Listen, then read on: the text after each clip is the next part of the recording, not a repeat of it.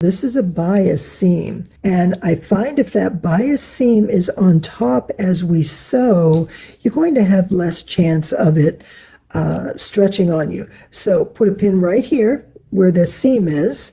That's your halfway point. It's also going to keep this aligned so that you don't have to worry about this corner moving, because we're going to want to pull this open, and that corner we want to be straight across.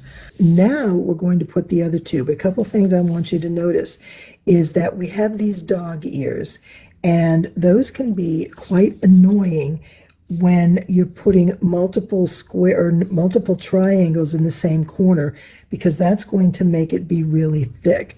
And what we want to be able to do is trim that off. So just grab a ruler and line it up with this straight edge here. Now these triangles are sized just a little bit larger than what we actually need. And the reason for that is to make sure we don't have to cut our square short. We want that seam allowance to come right up to the 1/4 inch. So when we have our pieces joined, we'll still have that 1/4 inch in the corner. I do not want to cut that point off, but I want my seam to come just on this side of it. So you can see there's my 1/4 inch line right there, and you can see my point. So I want my seam to be on this side of the point.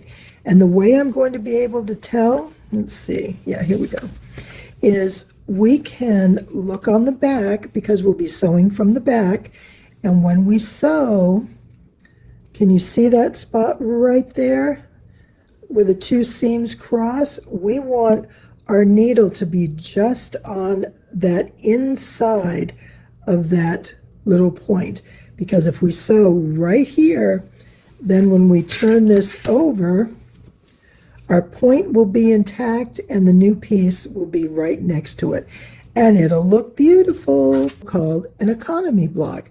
And that's because this was first made during the Depression of the 1930s, when everything was just so difficult to find, to get. All we had is what was left over, and putting those to use was important to families because they just did not have much. And so, you know, our four women, I'm not sure what to call them, our quilters in the day, created this block, and it's still an incredibly popular way to start a quilt.